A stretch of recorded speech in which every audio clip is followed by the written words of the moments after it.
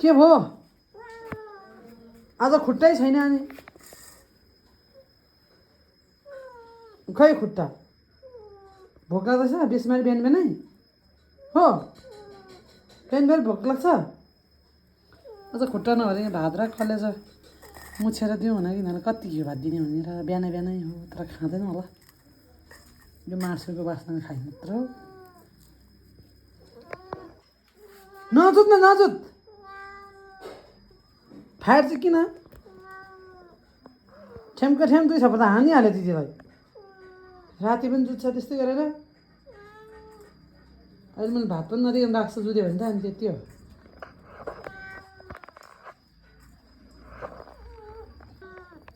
त यिनीहरूले खर्सेर मार्यो ऊ न हान दिदीलाई यस्तो जुद्यो भने त भातै नदिकन राख्छु मैले अहिले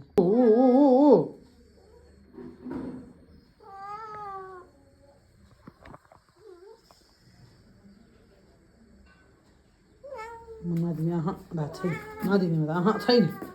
छैन नदिने हिँड बाहिर हिँड बाहिर बाहिर हिँड बाहिर जाउँ छैन म त गएँ यतातिर यस्तो गर्छ यस्तो यस्तो खाने बेलामा मलाई यति गर्छ बिहान बिहान अरू बेला भन्दा बिहान चाहिँ साह्रै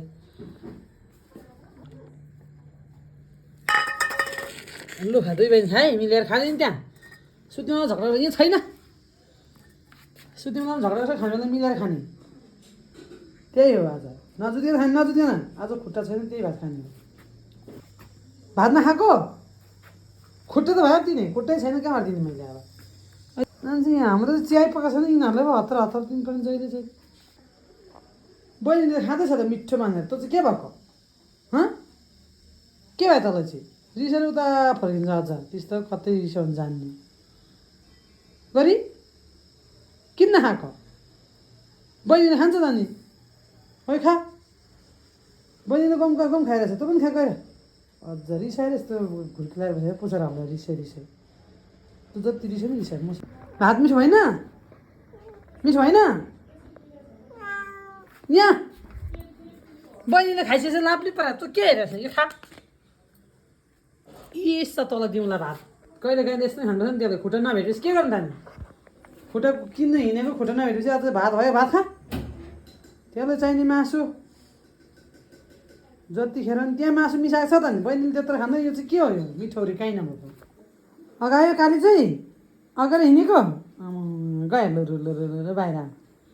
अर्को चाहिँ केही सिप्ला मलाई घुर्की लायो बल्ल खानु थालेछ मिठो भयो अहिले त गरी ओ गरिला रिस उठेर कान लुकाएर कान ठाडो परेर खान्छ मलाई रिस उठेर बिहानै सधैँ कहाँबाट पाउनु मासु खुट्टा खोज्न गएको कहीँ पाएन 2-3टा पसलमा सोद्धा पनि पाएन के गर्नु